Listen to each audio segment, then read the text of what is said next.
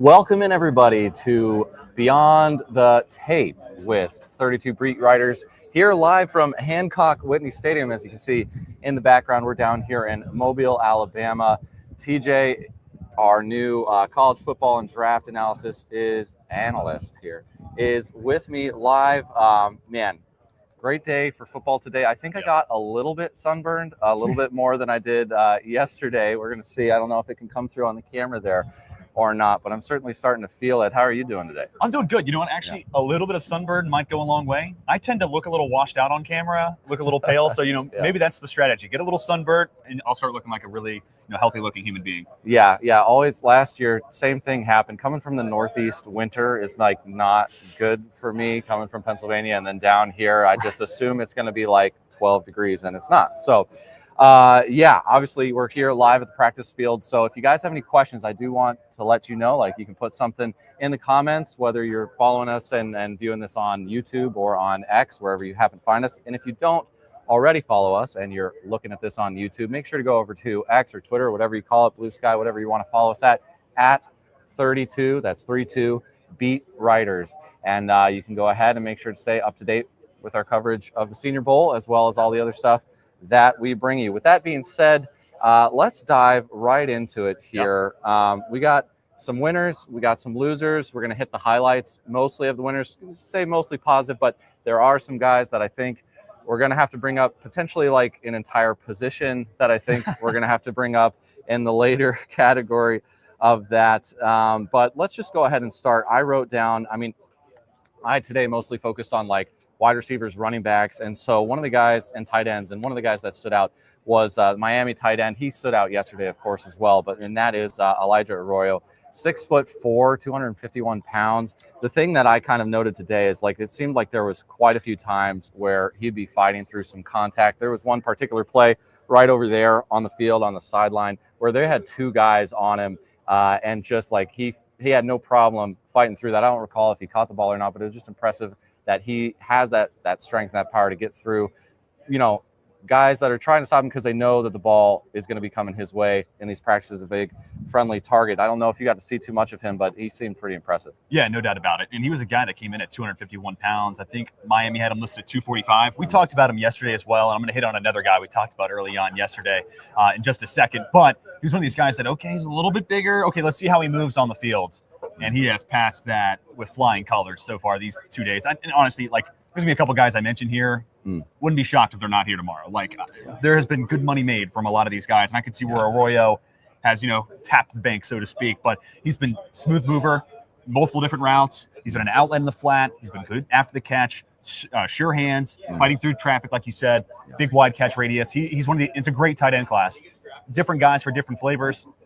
But he's going to be one of these guys that you're going to be hard-pressed not to see a consensus top 5 tight end group with Elijah Arroyo not in it. And again, loaded group, different opinions out there, but Arroyo more often than not I think is going to be somewhere in people's top 5. Yeah, and he had a really nice route against the safety from Illinois State. I think Jackson, number 13. I don't recall the first name, but yeah, that one as well, very, very impressive. You also had a guy you wanted to bring up here. My first winner, I'll start with honorable mention to Gray Zabel. We don't normally do honorable mentions off top, but Arroyo and Zabel were my 2 biggest winners yesterday. Didn't want to come back at you with the 2 biggest winners being the same thing again today. But Zabel, he may be IOL 1 at this point. Like, he has just looked fantastic at 3 different spots. He's a plug-and-play guy for a lot of teams right now. But I'm going to go with Mike Green. He's another one of these guys that wouldn't shock me if he's not back here tomorrow. Speed to power, you see the first step, and then at 251 pounds, that was a good weigh-in for him, a lot bigger than what he was at Marshall, and you're seeing that power element to his game. Short arms, but again, with that explosive first step, he's dictating the point of contact with his quicks. And I feel like you can do that a little bit more on the defensive line. Another guy that won't be in our top 3, but honorable mention, Walter Nolan. There wasn't a snap where Nolan was on the field where he wasn't the first off the ball. Him and Green are both super explosive athletes, and especially Green, he's making up for some shorter arms. And again, wouldn't shock me if he's not here tomorrow. He was killing in the one-on-one drills again. Yeah, and I think there's a video of that, of him just putting, I don't know who it was, but right on their butt, like right off the jump. Actually, we had an interview with Josh Connerly this morning, and he was great yesterday, but it was Mike Green putting Connerly on his ass, and there's really no other way to put it. It's just, sometimes you outman someone across from you, and that was Mike Green in that rep. Yeah. All right. Well, another guy I wanted to bring up here was running back out of SMU, Brashard Smith. We did talk to him earlier in the week. If you haven't already, you can go back and see that interview and some of our previous videos here if you're looking on YouTube. 5'9", 195, a little bit lighter for some people's tastes. I know, there's some people that think that he may or may not be able to play a full complement of downs for an NFL team. But I think Bucky Irving is somebody who you keep mentioning as somebody that has proven that may not be the case. And one thing specifically that I saw from Brashard Smith today was just the pass catching ability. I mean, again, they're running down on the fields there against linebackers, and a lot of guys, I think they might have a choice. I don't know if the coach tells them exactly what to do or how that works, but a lot of them are running these table routes or whatever. But Smith had an opportunity at least and made the most of it on like kind of a wheel streak route out of the backfield, and that just beautiful over the shoulder catch, totally dusted the linebacker with a little shimmy right at maybe about 5 yards, and then just beautiful catch. So really great to see that from him. Yeah, no doubt. I mean, obviously receiver background, Miami transferred to SMU, and that was an SMU team with speed up and down its roster. And I think Brashard Smith, exemplifies that. And we talked about him again yesterday, especially in the pass catching drills. Also yesterday looked really good when able to bounce it outside. And again, the comp, Bucky Irving, 5'9", 194. And this is not like a play style comp. It's more so, the same narrative was out about Bucky Irving last year. Sub 205 pounds is a tough threshold not to meet. Can he play a large complementary downs, like you said? And Brashard Smith's in that same spot. Also, wouldn't shock me, if some water weight finds its way to his body once we get to the combine, and maybe he does get a hair over 200 pounds there in Indy. But that being said, what we have right now, 5'9", 194. Again, Irving, 5'9", 194. So very similar there. And, Bucky was a pretty good pass catcher this year for Tampa, but Brashard Smith, obviously, with his background, is super well-versed. And, again, with his explosive nature, be able to get outside. And it's going to be an interesting conversation. If he's as good as I think he is, I think back to Jahmyr Gibbs when he was in Detroit, right? Like, Monty's the guy you want to run between the tackles and Gibbs out wide. I think you're starting to see a shift in NFL teams where it's like he may not be the bruiser body type, but that one-cut ability plays between the tackles. And if anything, you're allowing less time for guys to be able to catch you on the sideline. So, it's going to be an interesting conversation with Brashard, but he's, again, showcasing explosiveness, good vision, and excellent pass-catching ability. All right. There's another guy you wanted to bring up that's faced a little bit of adversity coming into the Senior Bowl. We were kind of surprised to see him. What did you see from wide receiver Jack Bash? Yeah, he's been my second winner today. And it was more the same from yesterday. We tweeted out the nice ball from Seth Hennigan, but it was also a great adjustment midair from Jack Bash. And he's one of these guys where, he's 6'2", he's good at power slot ability, but also today we saw him a lot on the outside. And it's that flexibility. If he can add that and showcase a large sample size here at the Senior Bowl, playing on the outside, he just becomes this jack of all trades almost for an NFL offense. Play him inside, play him outside, use him as a blocker. He looked good there as well.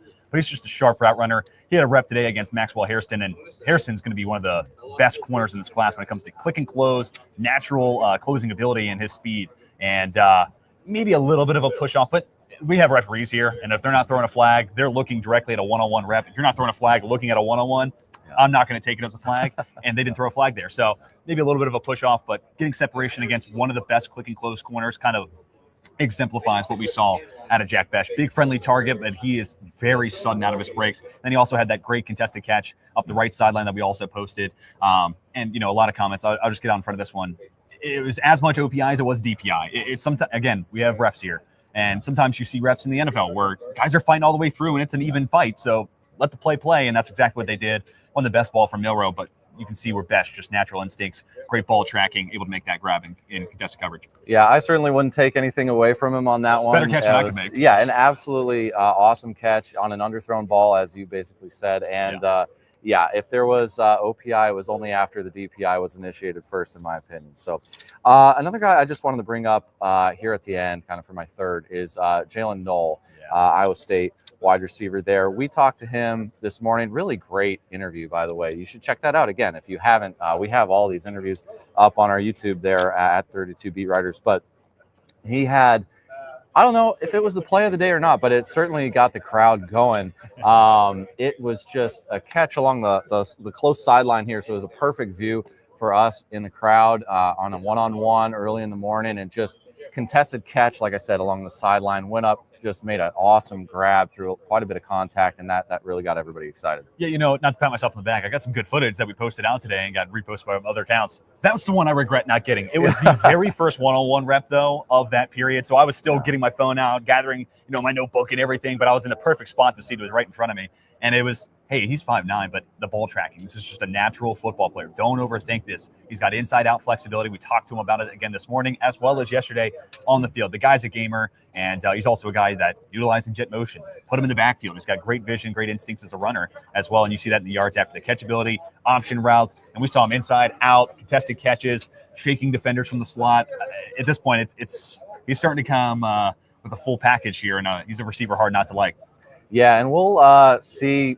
I don't know. Like tomorrow, we'll see. Sometimes some guys drop out on day 3 if they feel like they've shown enough. I don't know if he's quite in that category or not. Maybe not Noel, but some of the earlier guys I could definitely see. I think Besh Noel will probably be back tomorrow. Green, Zabel, and Arroyo. They're kind of the 3 where I'm like, wouldn't shock me. Yeah, and for somebody like Noel tomorrow, we're going to be looking at red zone, I think, quite a bit. And so that could be a really big thing for him. So make sure to tune in, keep an eye out for that tomorrow as well. Well, to that point, I think that's a great point, because oftentimes the easiest way that we think about red zone offense is size and physicality. And that's certainly true. Sometimes that is how you score in the red zone. But also think about Devontae Adams. Yes, big target, but also a savant at creating separation. Jalen Noel, if they put him in the slot and let him run those option routes, he's on the same page with his quarterback, he's going to create separations, and he's going to score a lot of quote-unquote red zone touchdowns tomorrow, and he's going to keep boosting his stock, and he's going to be a big winner out of the entire week. All right, my third winner, I mean, if you know me, there have not been many guys. Actually, I said there's no guy I'm more excited to see than Shamar Stewart. I have been so pumped to get to see this guy. I thought he could have a Darius Robinson type of week. I don't know if he's completely stole the week, but some of that's also Zabel's been great. Green's been great. Arroyo's kind of stolen a lot of attention. He hasn't disappointed.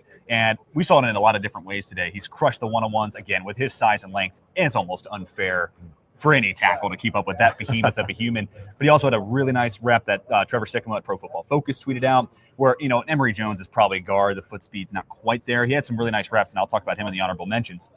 But a tackle, the foot speed's not there. And it was just nice to see Shamar Stewart just dip the shoulder, go up and around him. That's just not something you see a whole lot of on his tape. He's a super explosive athlete, but a lot of times he'll just go through guys and almost initiate contact because he knows he's bigger and stronger and longer than most people. So it was nice to see them add that speed element into his game. And at this point, it's just hard not to like him. He's a number 12 player on my board, though, so it's hard to think about how much more he can move up, but he's a player I love, and he has not disappointed this week. All right, well, let's get to some of your honorable mentions that you got down there real quick. Yeah, I'll be quick with this because there's a lot of names. And honestly, I'll say, we talked about it yesterday. It's a great competitive environment, and there haven't been any, I don't think, outright losers. I don't know if there's been any guy where it's like, they haven't won a single rep. This was just a tough week for them.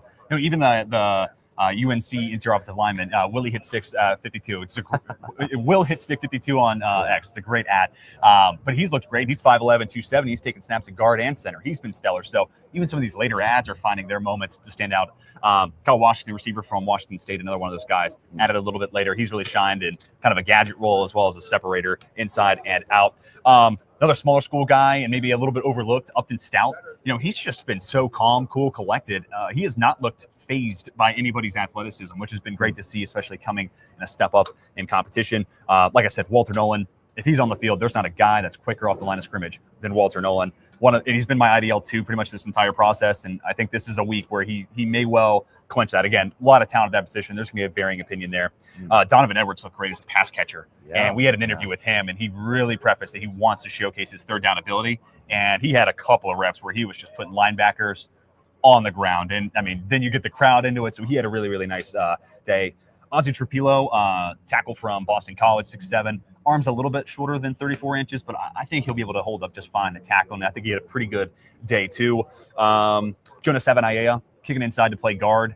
I like his movement skills, but again, the foot speed is kind of the question. Can he do that at the next level? He had some okay reps yesterday at tackle, but I do think interior offensive line, that's where it's the question that we were talking about yesterday with some of these guys. Okay, tackle, really nice interior offensive lineman. That's going to be the debate. That flexibility goes a long way, but man, especially in a zone blocking scheme, get this guy out and move. Great anchor, but also tons of power when working forward.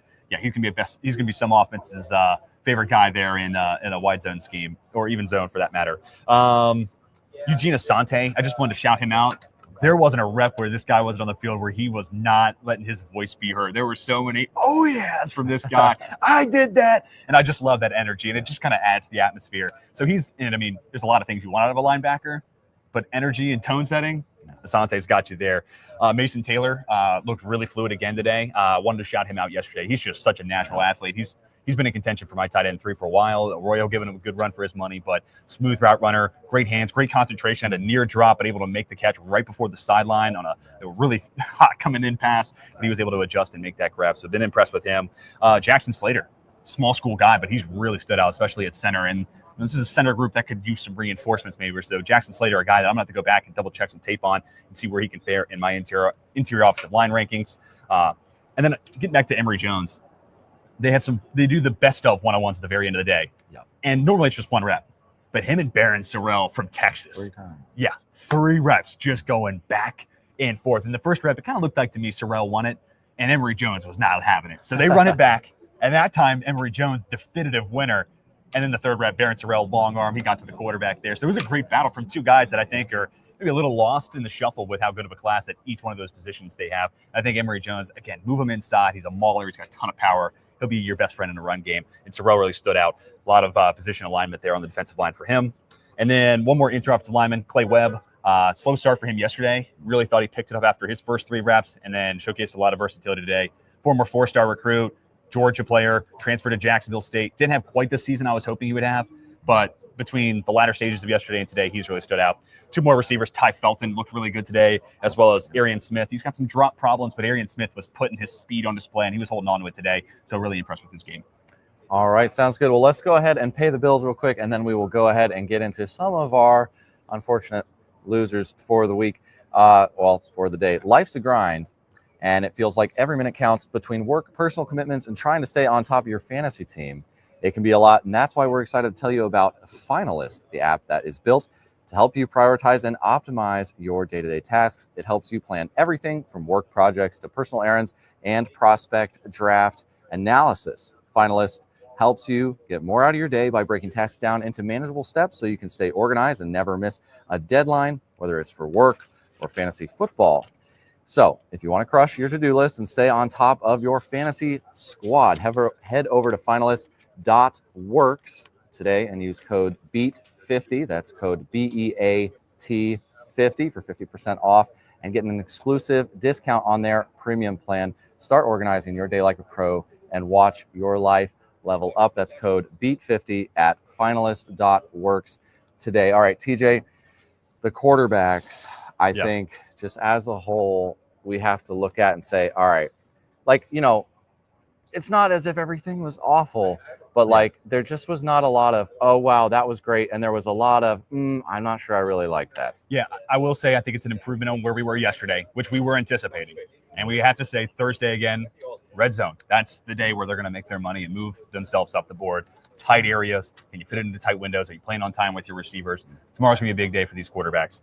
But I think from the national practice, pretty comfortably, Tyler Shook was probably the best. I know that may be a little surprising for some with Gabriel. Gabriel was probably the best of the 3 yesterday. But started the day with a fumble from under center, and Jackson Dart had 2 yesterday. I think Gabriel had 2 yesterday. These guys who just don't play under center in college, you're starting to see where the Senior Bowl is putting them in uncomfortable situations, and saw that once again from Gabriel. We'll come back to Dart, but no fumbles from him today that I saw. So that's a step in the right direction for him. Gabriel also just had a couple of tough misses. I tweeted out a clip, but some of it's also good play from his teammate, Jeffrey Bassett, but just a couple of uncanny misses from Gabriel today. Shook, he's an older prospect. He's going to be, I think, 25 by the time we get to rookie camp. Yeah. So definitely an older prospect. He's bounced around from, Oregon to the Big 12 and then most recently at Louisville. But what you expect out of Tyler Shook, you saw today. Big arm, letting it loose. And I would say about 80% of the time, ball placement was right on the money. Couple misses you'd like to see him hit on, but more often than not, he was on the mark. And then real quick, not to throw anybody under the bus, but I think the quarterback you want most out of, or it leaves the most to be desired, is probably Taylor Elgersma. And we had a great interview with him, and he's a great kid. But very popular, honestly, around here as well. Yeah. And I'm wishing the best for him, but I think you're seeing the speed in which these guys are moving kind of get to him. And really, Some of it's just he's like leaving balls behind because I just don't think he's just not there with his receivers yet. So maybe tomorrow changes and he'll have a better idea of where the ball should be placed. But it's also just the pocket presence. Like guys are getting on him quick, and you just got to get rid of the football. So, he size checks the box there, arm checks the box there. He's solid on the move for someone that big. But ball placement's been a little underwhelming, a little under, a lot of these deep targets, and then pocket presence got to get cleaned up. But we'll see. He's going to be an interesting story. I'm sure he'll still have the opportunity to sign UDFA maybe somewhere, and who knows, maybe able to get into the late rounds when we get to the NFL draft. He'd be a hell of a story if he does. But it's just going to be a question of if this was the showcase. But I mean, all that said, it's kind of amazing that he's here, right? Like this is an unprecedented story. Props to him, right? And props to his agent for getting that absolutely way in as well. Yeah, I think with him, like some of the better balls that I've seen have maybe even been from him, but also some of the not better balls have, to put it that way, have also been from him. So it's been a very hit or miss, even in like one-on-ones. And I think that's where like, okay, like if he's being pass rush and the pocket's collapsing pretty quickly, you can kind of start to make some excuses. All right, he's getting used to that game that like you said is different from maybe what he's used to playing. But like in the one-on-ones, like still like, man, I wish I could see a little bit more consistency there. So consistency is the thing. He's had some good balls too, and that might be enough to give a team like, okay, there might be something here, and you're not drafting him to be your franchise quarterback day one. But he's one of these developmental pieces that I am curious to see what teams want to do. I mean, it's a QB-needy league, right? Like we're always looking for the next breakout. So, maybe a team will give him a shot there. Let's jump over to the American roster. I think comfortably Jackson Dart was the best. I think today was what people were hoping out of Jackson Dart, and we're starting to get there. I think the second half of yesterday, it started to click. And then today, man, he was spinning it. And it was, in some tight window throws. I didn't get tweeted out, so follow me on X. I'll also make sure it's shared by 32 beat writers. But in the best of one-on-one drills, it was bringing Stoll, the tight end from Clemson. Great coverage from Bowman, the safety from Oklahoma. Razor sharp window, and Dart put it on the money. So we're starting to see a little bit more of these things that are more translatable to the NFL game. Lane Kiffin's a great coach and a great schematic mind, and he's going to engineer a lot of open throws, and it's a lot of RPOs in that offense. Dart today started to look like he might fit the part for a prototypical NFL offense. And then honestly, I think the next best is probably Riley Leonard. It's more of Riley Leonard in the sense of kind of what you saw this year at Notre Dame. Nothing that's going to wow you and be like, wow, got to draft this guy at number one. But it's just more steady play. Also should be noted, especially yesterday, I think he was the best quarterback on display. He's also the guy who's most recently played. He has, he's coming off a national championship, 9 days ago now. So he is the guy who has definitely taken the least amount of time off, but he has looked well. He's looked good throwing the ball. He's been good on the move, and he fits the part from a stature standpoint. I heard, a lot of people talking about him, and, a lot of people saying, hey, it was me. I'd take him. He's the guy, QB3 I'd take. So there's certainly some love here around the Senior Bowl for him. Seth Hennigan would probably be my third. And it's nothing against Jalen Milroe. Not like he was terrible all the way around. We tweeted out a good throw that he had to the Florida receiver's name's now escaping me. But Hennigan just really hasn't done anything that's necessarily caught my eye other than that ball yesterday. He's been solid, and he hasn't embarrassed anything. But I just tomorrow we'll get a better look at Seth Hennigan. And then Jalen Milroe, it's been spotty accuracy. You do get that pretty deep ball, but a lot of the mundane, a lot of the boring is just still a work in progress. And honestly, once you get into the 11 on 11s, man, he's pretty comfortable checking it down, which is not a bad thing.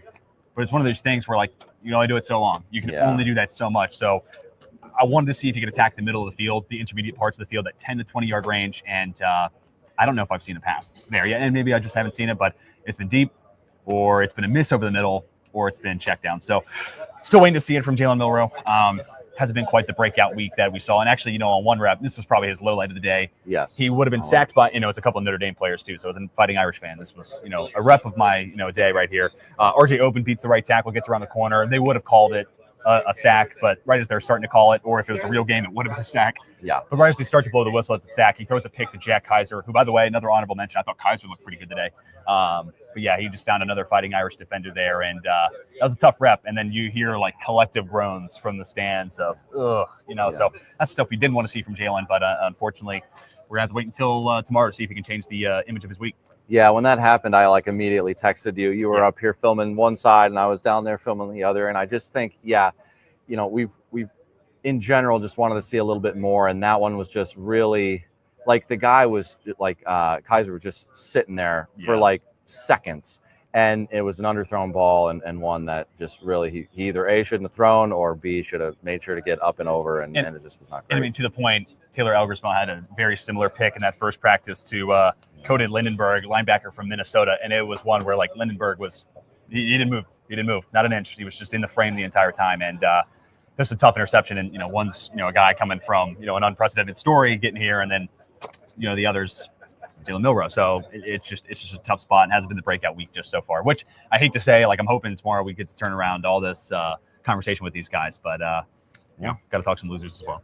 All right. Well, with that, guys, make sure to follow us if you don't already at 32 Beat Writers wherever you are watching this, or find us at Beyond the Beat / Beyond the Tape wherever you get your podcasts. We'll be back here tomorrow. We're going to be heading over right now to the Media Day back down in downtown Mobile. So go ahead, give us a follow. Make sure you're here tomorrow for that. And with that, we will see you later.